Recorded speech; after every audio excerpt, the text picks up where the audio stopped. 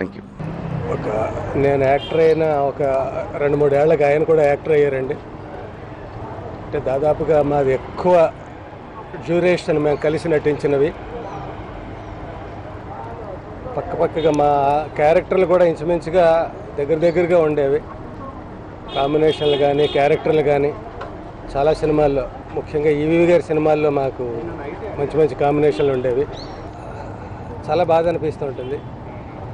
శాశ్వతంగా ఎవరు ఉండలేరు, కానీ ఇంకొన్నాళ్ళు ఉంటే బాగుండని అనిపిస్తుంది. మంచి నటులు పోతే, అందులో మనతో కలిసి నటించిన నటులు, ముఖ్యంగా కొండవలస గారు, ఆయన మంచి క్యారెక్టర్ ఉన్న క్యారెక్టర్ ఆర్టిస్ట్. ఆయన నాటకరంగం నుంచి వచ్చాడేమో, క్యారెక్టర్ని ఎలా పండించాలి, 10 మంది క్యారెక్టర్లు పక్కన ఉన్నప్పుడు వాళ్ళతో పోటీ పడి తను ఎలాగా వాళ్ళని డామినేట్ చేయడం గురించి కాకపోయినా వాళ్ళతో పోటీపడి నటించాలి, తను కూడా ప్రూవ్ చేసుకోవాలనే తపన కనిపించేది ప్రతిసారి. అలా ఒక పద్ధతిలో ఆయన ఇండస్ట్రీలో ఉన్నారు. తనదంటూ తన ముద్ర వేసుకున్నారు. ఆయన కుటుంబానికి ఆయురారోగ్యాలు. కొండవలస గారిని గురించి అందరూ చెప్పే ఉంటారు. చాలా మంచివాడు, ఆత్మీయతగా ఉండేవాడు, అందరితోనూ ఎఫెక్షనేట్గా ఉండేవాడు,